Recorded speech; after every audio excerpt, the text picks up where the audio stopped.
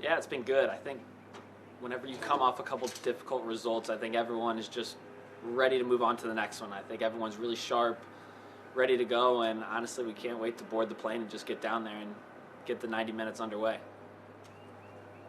We are going to open the floor for questions. Drake, go ahead. Yeah, Jack, good to see you again.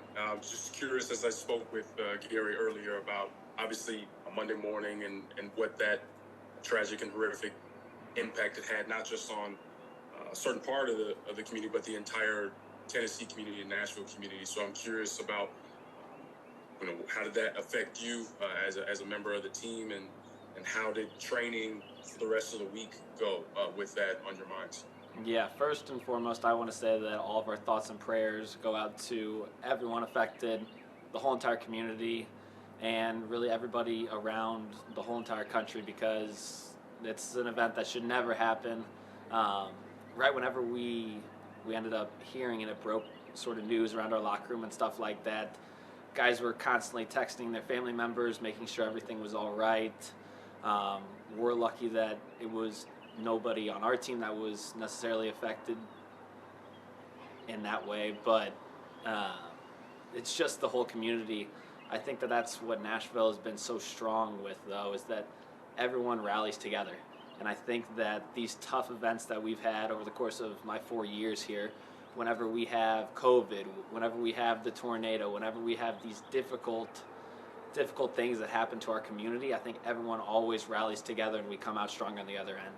And so my props to Nashville as a whole, to the club, and doing everything that we could to support them, and just being able to take a step forward, because stuff like this doesn't always happen, but when it does, making sure that we come out strong on the other end is our first and foremost responsibility.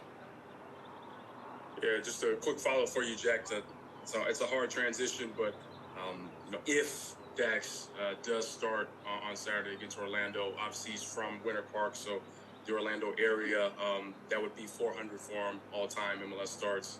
Only 2 other players have reached that feat, and he'd be the only active player to do so. I'm curious to ask you, put you on the spot a little bit, but your favorite Dax stories, your first captain when you were drafted. So what's your favorite Dax story while being in Nashville? Actually, whenever I was drafted, I think that is what stuck out first and foremost. So I was able to get in contact with Dax right away and just called him up like, hey, I'm young, I'm Jack, nice to meet you. And I'm like, okay, what do I need to do to be like a really good, successful MLS player one day? And just all that advice, like he was able to tell me, you know what, the one thing that the best ability you can have, Jack, is availability. And it speaks to Dax's duration and how he was able to be at such a high level for so long. It's all the stories. It's the group get-togethers. It's the huddles in the locker room. Dax is always that motivating guy. You always want to play with him. And just having a guy like that on your team and a captain like that for as many years as he's been a captain, it just shows that, you know what, one day I would love to aspire to be like him.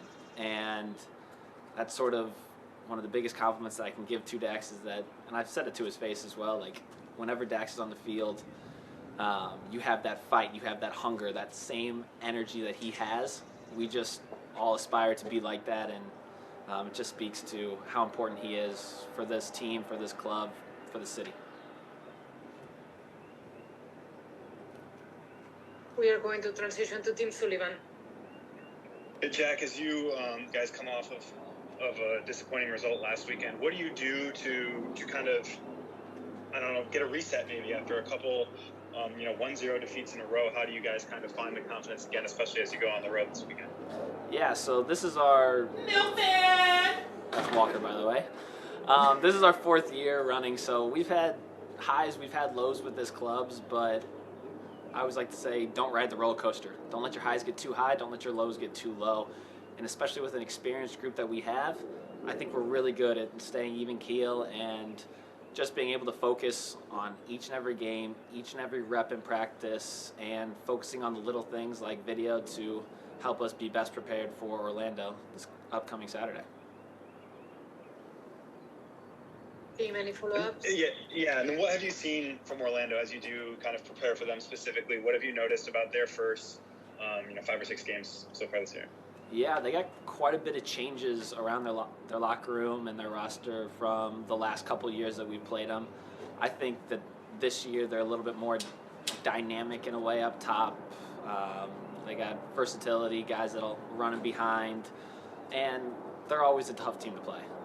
They have very quality opponents and players. I think their center backs are very good, center mids that are incredibly capable and get up and down the field very well. So as long as we stay compact, play as a team, hit them in transition as we always like to do here, I think we're going to do really well against them. And so I'm confident in us and our team and being able to get 3 points up there.